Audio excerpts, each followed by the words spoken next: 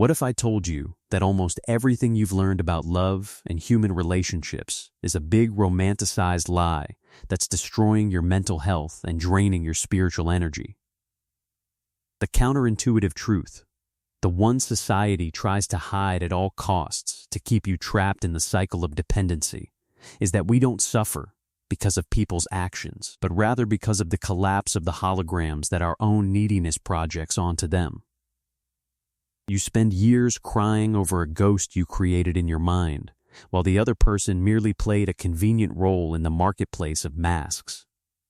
Romanticizing others is the fastest path to the abyss of chronic disappointment. In this guide, I will break this painful paradox and show you the hidden engineering behind relationships, dissecting the invisible contracts and subtle signs of manipulation that you ignore every day. Prepare for a quick reward of pure lucidity and existential intelligence. You will discover why your growth bothers the system around you so much, and how to achieve unshakable peace without illusions. What you are about to see here is not superficial content. It is the end of your role as a victim and the beginning of your true spiritual liberation. You're sitting on the couch, the silence of the house seems deafening, and suddenly, that notification on your phone changes everything, bringing a familiar tightness to your chest. It's the end of a cycle you swore would be eternal, and the pain consuming your soul seems to tear your chest apart in a devastating way. The first human reaction, almost biological, is to point the finger at the other person, blaming them for breaking your most sacred and profound promises. We put ourselves in the position of victims of a great emotional betrayal, crying over the breakup that seems to have been caused by the coldness or lack of love of the one who left. However, true spiritual awakening begins when we look inward and realize that the dynamic is much more complex.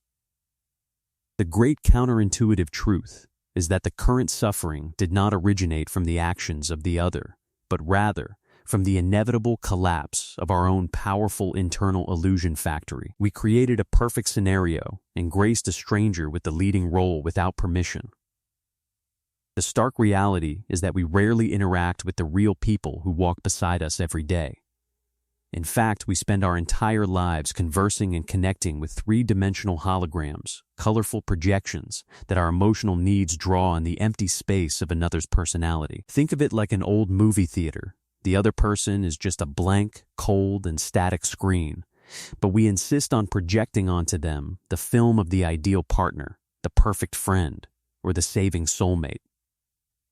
When the relationship ends and the ground disappears beneath your feet, the excruciating pain you feel isn't from the loss of that flesh and blood individual. The real suffering happens because of the abrupt shutdown of the projector, that invisible machine fueled by our own needs that insisted on keeping the ghost alive. It's the shock of realizing that the wonderful being you loved and defended tooth and nail never existed outside your imagination. To understand this practically, imagine you bought a self-help book focused on emotional intelligence, such as The 5 Emotional Wounds from Lise Bourbeau, and she began to map her needs. Instead of demanding attention from the other person by sending dozens of anxious messages, she decides to take a conscious 5-minute break, breathe deeply, and write down in a notebook exactly what she expected the other person to fill in her absence. If she projected that her partner would be her financial or emotional safe haven, the correct action is to create her own reserve fund or schedule therapy to address this dependency. We need to stop acting like emotional beggars who demand that the first person who passes by on the street shower us with gold and validation. When you take responsibility for your own projection, the hologram loses its power, and you begin to see reality with the lucidity of the wise. It's a daily exercise in deconstruction that requires courage to face your own emptiness without despair. Through years of mentoring and observing dozens of lost souls in this labyrinth of expectations, I've realized that this phenomenon is the great villain of modern peace of mind. I've seen people destroy their financial and emotional lives trying to keep a failing marriage afloat, simply because they couldn't bear the idea of admitting they fell in love with a movie script they themselves wrote. It's like trying to warm yourself by a bonfire painted on the wall. No matter how close you get, the coldness in your soul remains, and the frustration only increases with time. Romanticizing others is the fastest path to the abyss of chronic disappointment, because no one can bear the weight of being someone else's god for very long. When the hologram finally fades and the illusion loses its shine, what remains is an uncomfortable silence between two lonely minds. It is precisely in this deafening silence that the human mind activates its most hidden engineering to try to save what's left.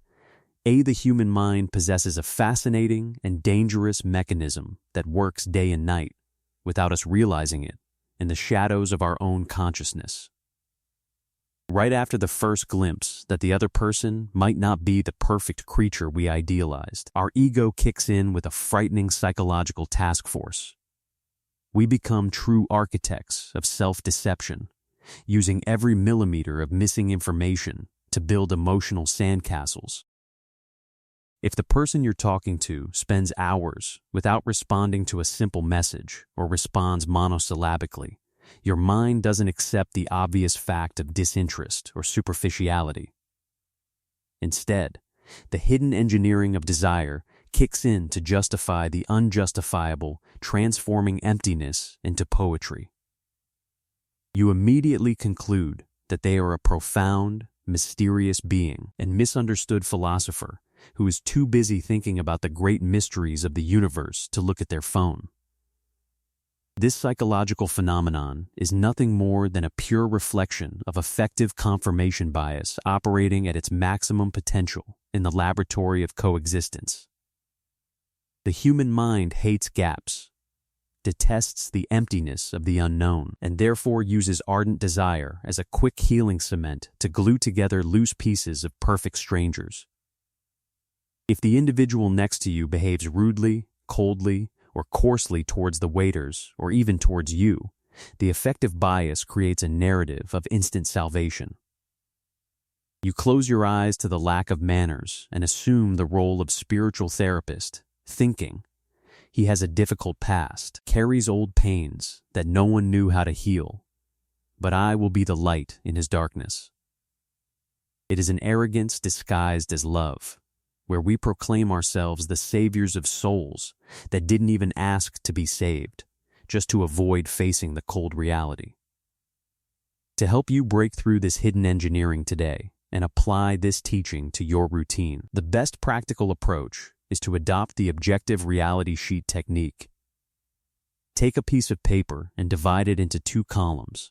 In the first, write down only the cold facts, the exact actions and words spoken by the other person, as if it were a police report of observable facts. In the second column, write down the interpretation that your caring and needy mind created to justify that specific behavior of your partner or friend.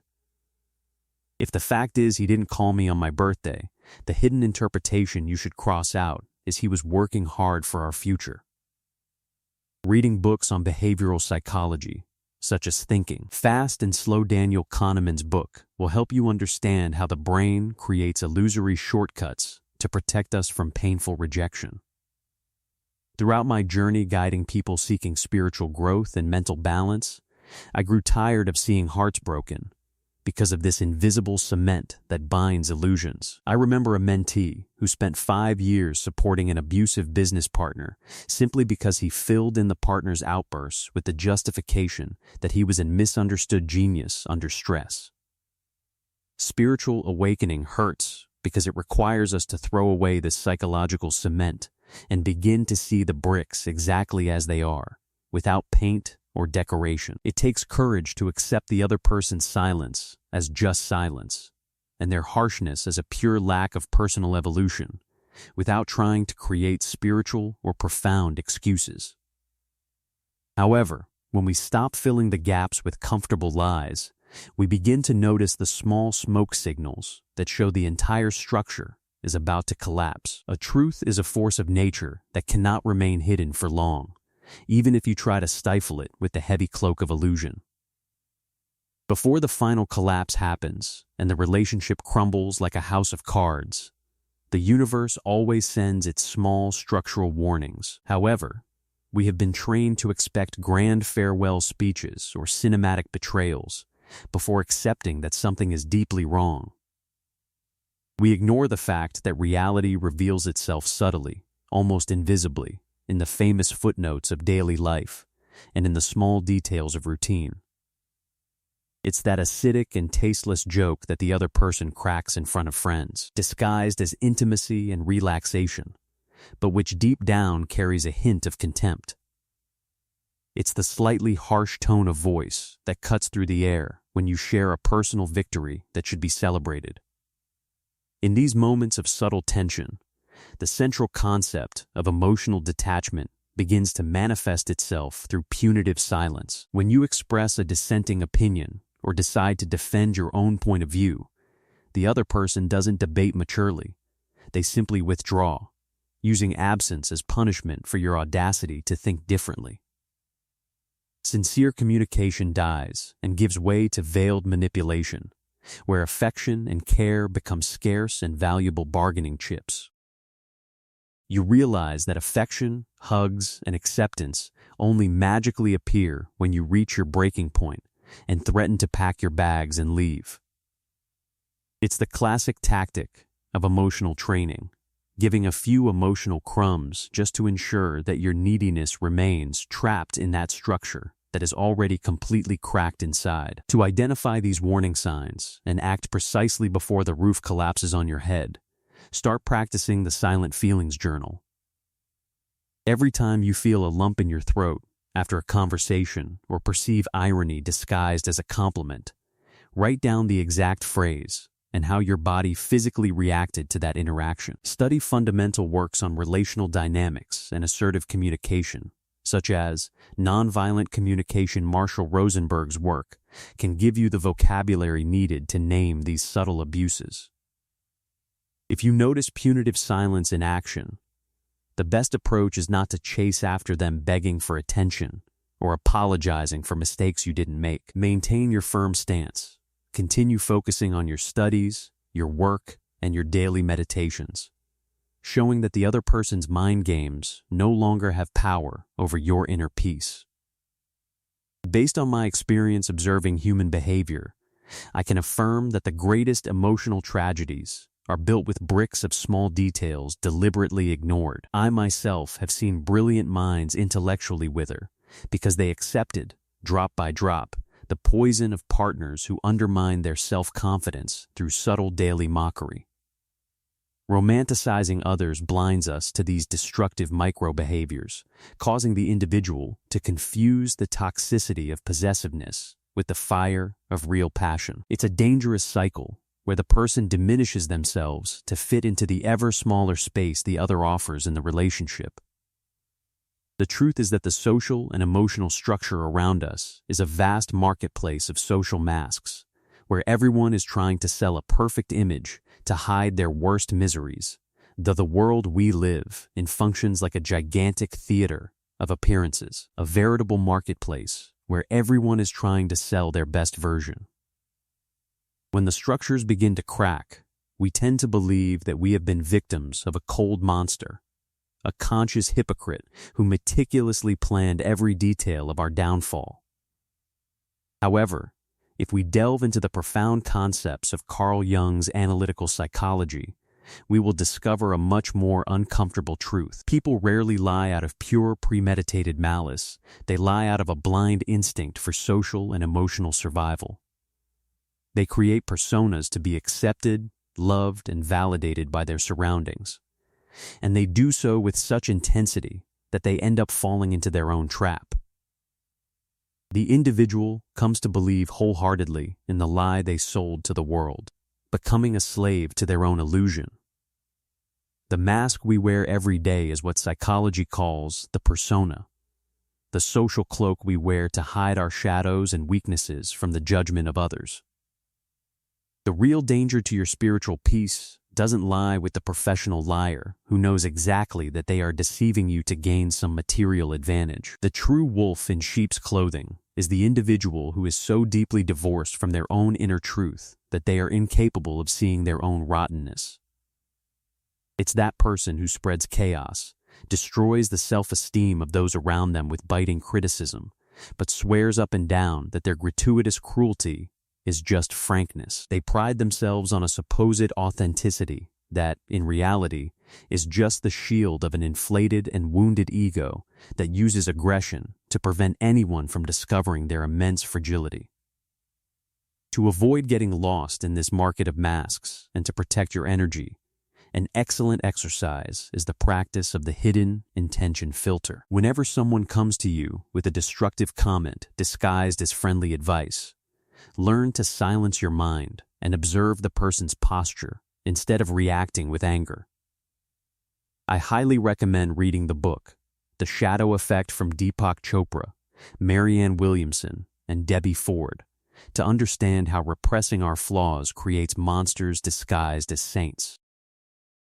In practice, if a friend or partner says they are being honest when pointing out a flaw in a humiliating way, calmly respond, "I appreciate your observation, but frankness without empathy is just cruelty, and I don't accept that tone." Establishing this clear boundary will instantly disarm the other person's persona. Throughout countless spiritual consultations and guidance sessions, I've realized that most human suffering stems from our insistence on trying to extract the truth from those who only have masks to offer. I've seen devoted mothers, husbands, and friends become seriously ill trying to find coherence in people who change their personalities according to the convenience of their social environment. Romanticizing others makes us believe that if we show enough love, the person will finally remove their mask and reveal their golden essence, which is a dangerous illusion. The persona is not a premeditated crime, but rather an unconscious pact that people sign to avoid facing their own reflection. And it is precisely the union of two needy masks that gives rise to the hidden anatomy of an invisible contract, where love is treated as a business of convenience. If we could look at human relationships through a pair of spiritual X-ray glasses, we would be shocked by what we would see behind the kisses and vows of eternal love. The vast majority of romantic connections, and even the longest friendships, are nothing more than a disguised transaction, governed by unconscious contractual clauses of pure convenience. We approach each other carrying a bag full of emotional holes and unresolved childhood traumas, looking for someone who will agree to a veiled business deal. It is the anatomy of the invisible contract operating in the shadows of daily life, where two needs meet and sign a pact of mutual silence. The hidden dynamic is simple and cold. I agree to validate your illusion of grandeur and pretend you have no flaws, as long as you validate my desperate need for protection and companionship. The big problem with this trade in needs is that human beings are not marble statues. We were made to evolve, expand our consciousness, and mature over time. When one side tires of living in illusion, begins to study, seeks therapy, or simply decides to wake up to reality, the entire structure of this secret pact begins to crumble. Upon breaking the invisible contract and beginning to act autonomously, demanding a real and mature exchange, the partner's or friend's reaction is rarely one of pride or support. The other side doesn't miss their essence, nor does it cry over healthy distancing. They feel deeply wronged in the emotional transaction, like a customer who paid for one product and received another. The anger they manifest is the frustration of a selfish investor who realized they lost control over their exclusive supplier of emotional validation. To break free from this web of unconscious transactions and begin building clean connections, you need to apply the covenant audit exercise to your life. Sit in a quiet place and honestly write, what am I offering this person in exchange for the fear of being alone? And what do I demand that they do to keep me calm? Reading classics of personal development focused on autonomy, such as Women Who Love Too Much by Robin Norwood, or To Love, or To Depend Walter Risso's book, will open your eyes to these emotional bargaining chips. If you realize you're demanding from your partner the security your parents didn't give you, the right thing to do is take control of your adult life, organizing your own finances and emotions without using the other person as a crutch. In my journey through the study of practical spirituality, I grew tired of seeing decades-long friendships implode overnight simply because one friend decided to stop drinking or began to thrive in their career.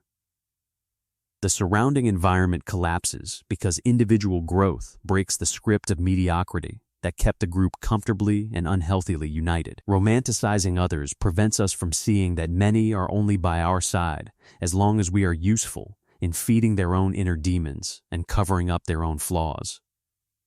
When you decide to break this cycle and tear up the clauses of the emotional commerce, you discover that the system around you has sharp claws. It's the beginning of a challenging new phase where you will experience firsthand the relentless dictatorship of the role assigned by the social group. The moment you decide to tear up that invisible contract and pursue your personal evolution is the exact instant the world around you transforms into a silent battlefield. We've been taught to believe that the people who claim to love us would be genuinely happy with our spiritual awakening, our healing, or our newfound self-confidence. However, the reality of the social system is far more selfish and mechanical than our vain romantic philosophy would like to accept. There's an invisible mechanism that demands the maintenance of the status quo at any cost so that others don't have to change. When you begin to establish healthy boundaries, to say no to the usual abuses, and to heal your old childhood neuroses, you start to be seen not as someone who has evolved, but as a direct threat to the group's comfort. The central concept behind this collective resistance is what we might call the dictatorship of the assigned role within someone else's script. The social and family system around you doesn't want your enlightenment. It only wants you to continue perfectly playing the role that makes their lives easier, whether it's the good guy who accepts everything, the savior who solves everyone's problems, or the friendly shoulder always available to listen to endless complaints. The moment you decide to take the reins of your own destiny and refuse to carry a weight that isn't yours, the people around you begin to revolt. They will start pointing fingers at you and calling you selfish, cold, or proud. But the hidden truth is that they are simply furious because you stopped being useful to the convenient script they wrote. To withstand the pressure of this social dictatorship and maintain your steady growth, the best practical approach is to apply the shield of assertive silence technique. When someone tries to manipulate you emotionally by making you feel guilty about your change, don't try to justify yourself, debate, or exhaustively explain your spiritual reasons. I recommend carefully reading the book Boundaries, When to Say Yes, How to Say No to Take Control of Your Life from authors Henry Cloud and John Townsend, which teaches how to draw invisible and insurmountable boundaries around your soul.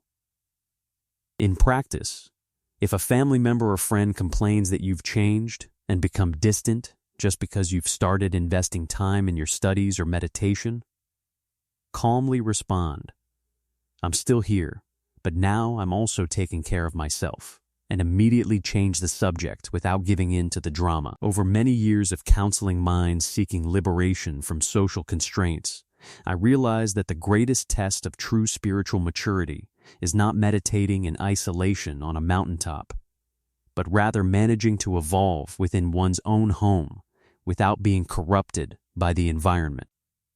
I have seen brilliant professionals sabotage their careers and therapists give up on their own well, being simply because they couldn't bear the disapproving looks or the disguised sabotage of their own friends and partners. Romanticizing others makes us succumb to the emotional blackmail of our surroundings, throwing us back into the mire of comfortable stagnation. However, when you resist the role imposed upon you, the discomfort generated by the truth forces you to look into the dark labyrinth of denial, that voluntary anesthesia we use to ignore the obvious. Waking up to reality requires a level of courage that most people are simply unwilling to pay at the counter of life. When the curtain begins to fall and the dictatorship of the assigned role clashes with our new posture, we voluntarily enter a dark and tortuous labyrinth, the labyrinth of emotional denial. It's frightening to realize how much the human mind is capable of creating complex theories and elaborate justifications just to avoid accepting the fact that we were deceived, used, or manipulated by those who swore to love us. We look at the blatant evidence right before our eyes, the uncovered lies, the obvious disinterest, the boycotts disguised as advice, and yet we choose to close our eyelids tightly. We prefer to blame the other person's stress, the exhausting routine, or even our own lack of patience rather than admit that the castle has crumbled. The central spiritual and psychological concept anchoring this willful blindness is that human beings prefer familiar discomfort to the absolute terror of the unknown. Denial functions like high-tech soundproofing that we ourselves install in the walls of our minds to avoid hearing the deafening noise of our idealized world collapsing outside. Romanticizing others makes us believe that if we keep our minds anesthetized for a little longer, things will magically return to how they were in the beginning, when the hologram shone flawlessly. We become complicit in our own emotional ruin, accepting crumbs of affection and pretending to be satisfied, simply because the idea of starting from scratch, facing the solitude of an empty room, and admitting our mistakes seems too painful for our fragile ego. To tear through this veil of voluntary anesthesia and find your way out of this labyrinth today, you must apply the practical technique of the pact of lucidity with reality.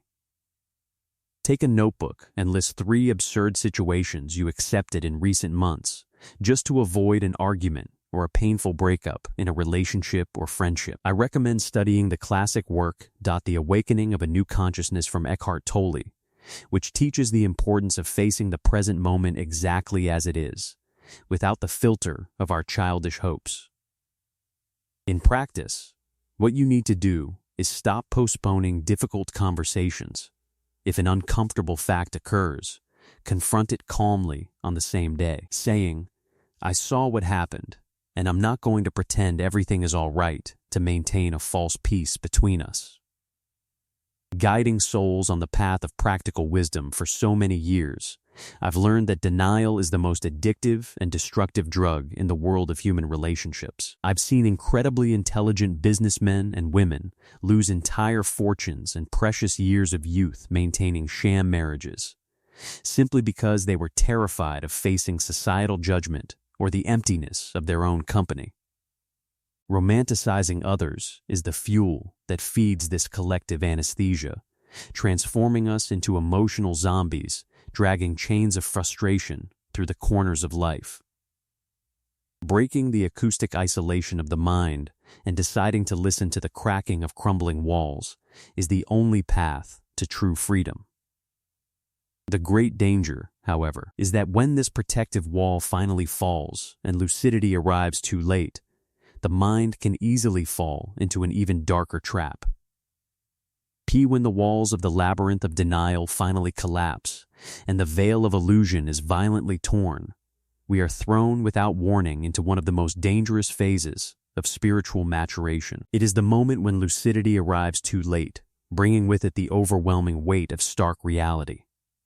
Upon realizing how the social machine works, how we have been manipulated, and how we ourselves have anesthetized ourselves to keep the holograms alive, a cry of revolt echoes in the soul.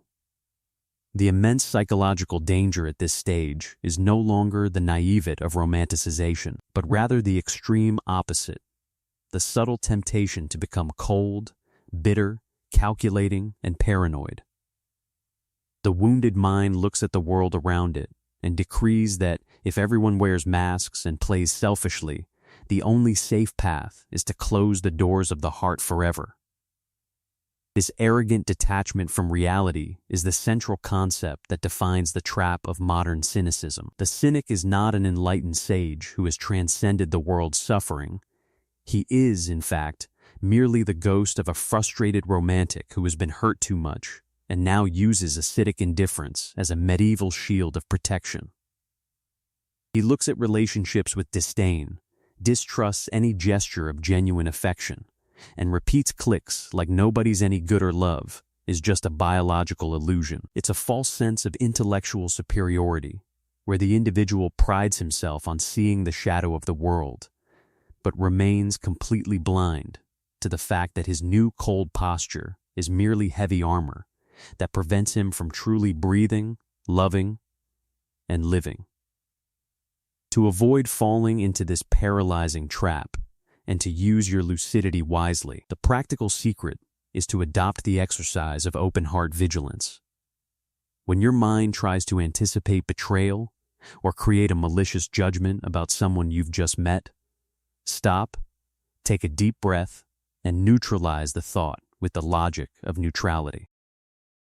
I highly recommend reading the book The Art of Happiness. This is from the Dalai Lama, which explores how to keep compassion alive even after discovering the worst facets of humanity. In practice, what you should do is establish a clear rule for your mind. I will not be naive enough to romanticize people, but neither will I be the bitter judge who condemns the other before they act. Keep your boundaries firm through clear agreements, but allow your energy to continue flowing cleanly. Throughout so many decades untying the emotional knots of brilliant minds, I have seen many spiritual seekers die within the gray tomb of cynicism. They believed they had achieved enlightenment because they knew how to decipher the mind games of others, but they transformed their existences into an arid desert of loneliness and chronic distrust. Romanticizing others destroys us through illusion, but hating others destroys us through bitterness, and both paths are prisons of the wounded ego. The true paradigm shift happens when we use the light of lucidity not to arrogantly judge the world outside, but to direct the spotlight inward to our own hearts. It is in this sacred and terrifying moment that we discover the inverted mirror of our own soul. The spiritual and psychological journey reaches its point of greatest intensity and transformation when we stop looking at someone else's stage and turn on the light behind the scenes of our own minds. It's very easy and even comfortable for the wounded ego to point the finger at external manipulators, cold partners, and friends who used us in the trade of needs. However, true maturity is not born from the arrogant accusation of the cynic, but from the brutal courage to look in the inverted mirror of our own soul. It is the sacred and frightening moment when the spotlight of lucidity is directed inward, making us perceive our own shadow, that profound concept of Carl Jung about our hidden part. We discover, with a lump in our throat, that we too played the game of masks, we too manipulated situations, and we too were the villains in someone else's story.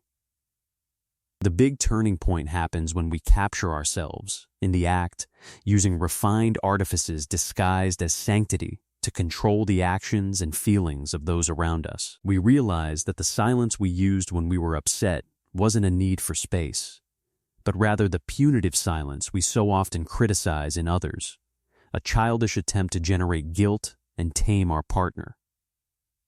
We see that our strategic victimhood, our constant complaints, and even our excessive zeal and care were in fact unconscious bargaining chips to ensure that people would never abandon us. Romanticizing oneself is as dangerous as romanticizing others, because it prevents us from seeing that our charity and our role as nice savior often hid a deep desire to dominate the script of others.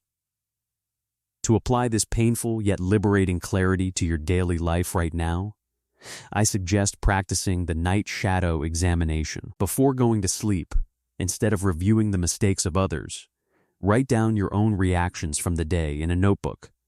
When did I use irony to defend myself? Where did I try to instill guilt in someone to get what I wanted?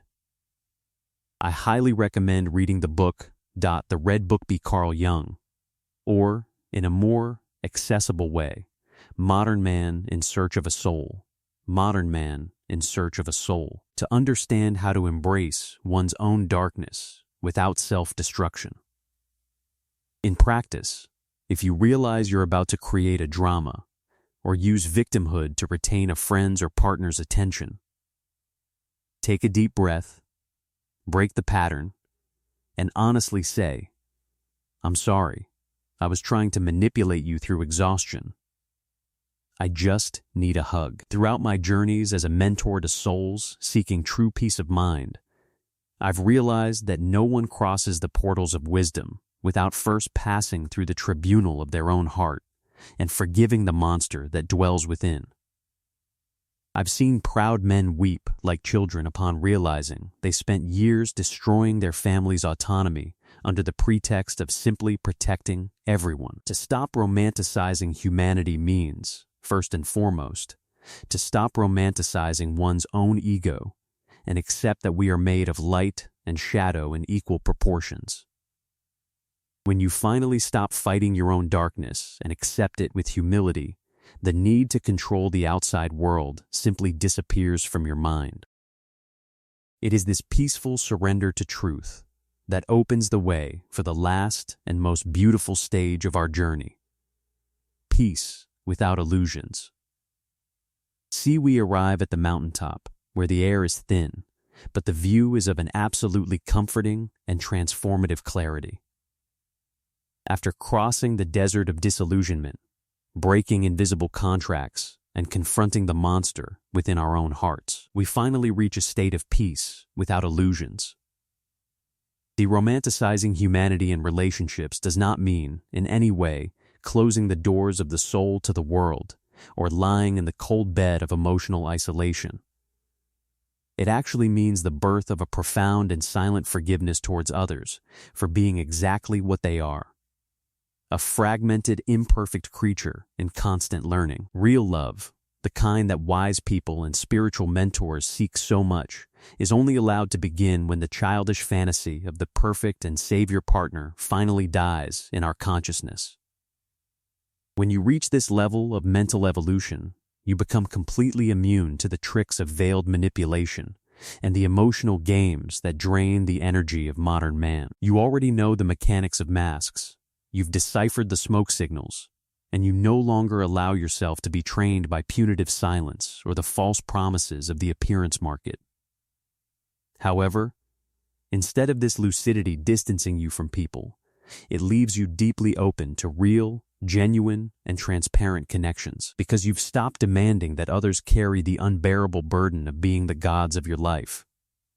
You begin to accept people as they are, perfectly imperfect, with their own pains, shadows, and rhythms of growth, without the neurotic need to fix them or mold them to your liking. To experience this peace without illusions in your daily life, the best course of action is to adopt the metric of concrete love. Every time you interact with your partner, family, or friends, remember to separate their current behavior from how you would like them to be in an ideal world. I recommend reading the classic book on spirituality and practical philosophy. The Art of Loving This is based on Erich Fromm's theory, which differentiates mature love from symbiotic and infantile dependence. In practice, what you should do from today onwards is invest your energy only in actions that build real bridges. If the other person fails you, instead of creating a drama or becoming cynical, have a clear conversation, saying, "I accept your limits, but I need to establish mine to maintain our peace." Throughout my journey guiding souls towards enlightenment and existential intelligence, I have seen that true spiritual freedom is the ability to walk through the world with eyes wide open and a completely disarmed heart. It is the peace of one who expects nothing from anyone, but is ready to receive all that life offers, with gratitude and discernment. When you stop romanticizing people, you stop suffering over ghosts and begin to build your life on the firm rock of objective truth. You become the master of your own energy, the master of your own destiny, and a beacon of lucidity amidst the turbulent sea of human needs, ready to begin a new and grand evolutionary journey on Earth. And now that the curtains have fallen, and you've had the courage to see the hidden gears behind self-deception. The big question that remains is, what will you do with this clarity from today onward? Will you continue accepting emotional crumbs in the labyrinth of denial, or will you take the reins of your own energy and tear up these invisible contracts once and for all? Life is too short to be spent feeding holograms and ghosts that drain your peace of mind. I challenge you to break the script of mediocrity, to establish unwavering boundaries, and to look into the inverted mirror of your soul to reclaim your true personal power. Enough of romanticizing people. It's time to live in peace without illusions. If this profound knowledge resonated with you and shook the foundations of your mind, don't keep this evolution to yourself. Subscribe to the channel now and turn on notifications to ensure you don't miss the next steps on this journey of spiritual awakening and existential intelligence. Leave a comment below telling us which of these masks you'll be tearing off from your life first. See you at the next level.